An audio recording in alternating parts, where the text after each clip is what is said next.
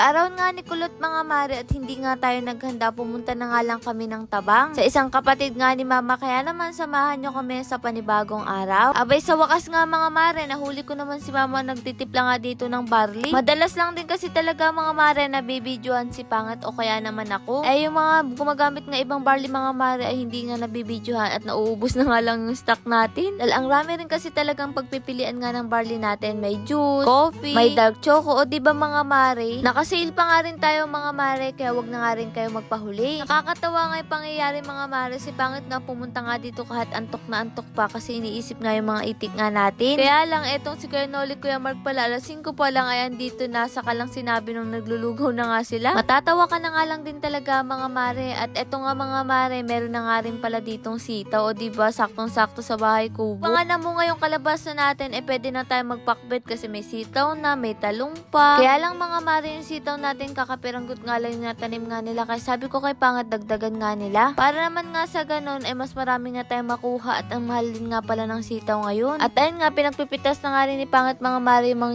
ilang bunga dito. Kung bibilin mo to, nasa 50 rin kasi marami-raming tali na nga rin to. Yung kamatis nga natin, hindi pa nga nahinog mga mare, at tuwang-tuwa nga dito si Pangat kasi may nakita siyang kulay orange. Yung pala mga mare, bulok nga, kaya inalis na nga lang nila kasi baka mahawa pa nga yung iba. Nung mga oras nga na to, tinawagan ko na nga si Pangat, sabi ko umuwi na nga sila. Dahil ang request nga mga mare ni Kulot, hindi na nga daw siya maghahanda, magpipicture na nga lang daw siya. Balak na nga lang niya matulog mga mare, kaya binisan ko na nga rin itong si Gael. At eto nga mga mare, aba may paganito pa si Pangi. Syempre, tuwang-tuwa na naman ako kahit hindi ako nagtanim. At eto nga si Gael, binibisan ko nga. Akala ko kasi may isasama ko, kaya lang tinabad nga si Pangi sumama, kaya kami na nga lang 3. Bali 5 pala kami, sinakasa kasi Kuya Mark, kaya lang naplatan kami, kaya kami na nga lang nakarating ditong 3. Ayan, tinan nyo, picture-picture kami magkapatid. Talagang tumatanda na nga tayo mga mare, kasi parang kailan nga lang, mga bata pa lang kami. Tingnan nyo naman si Kulot, dalagang dalaga na. Marami pa rin talaga nagsasabi na akala nila 14 pa lang itong si Kulot, hindi nila alam 21 na nga ito. Nagpicture-picture din pala kami dito nila mama, hindi na nga lang napakita kasi wala nga magbibideo sa amin. At eto nga yun. O diba si mama, ang ganda-ganda nga ni mama oh. At ayan nga, namili nga lang din kami mga mare ng gusto nga naming i-print. Eto kasi yung gusto nga ni Kulot, kaya pinagbigyan ko na nga rin, kaya hindi na nga rin kami naghanda. Alis, hindi nga nakakalam, 21 na nga po etong si Kulot. Akala mo lang talaga bata, pero dalagang dalaga na yan. Tingnan nyo naman mga mare, si mama nagpa-picture pa nga dito nung nakakita nga ng bulaklak. Ay sino nakaka-relate dyan? Lagay mga tita at nanay natin, basta may nakita nga mga maring bulaklak ay talaga naman o kaya halaman. Ang cute nga lang din mga mare nung bag nga ni mama dito. Nabili ko nga lang yan 137 sa online, kaya naman napakaganda nga. O siya mga mare, hindi naman kami dumana kung saan